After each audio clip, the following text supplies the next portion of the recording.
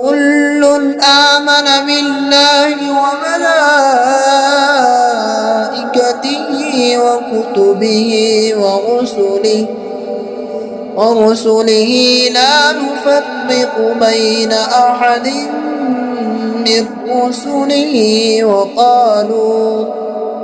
وقالوا سمعنا وأطعنا غفرانك ربنا وإليك المصير. لا يكلف الله نفسا إلا وسعها، لها ما كسبت وعليها ما اكتسبت،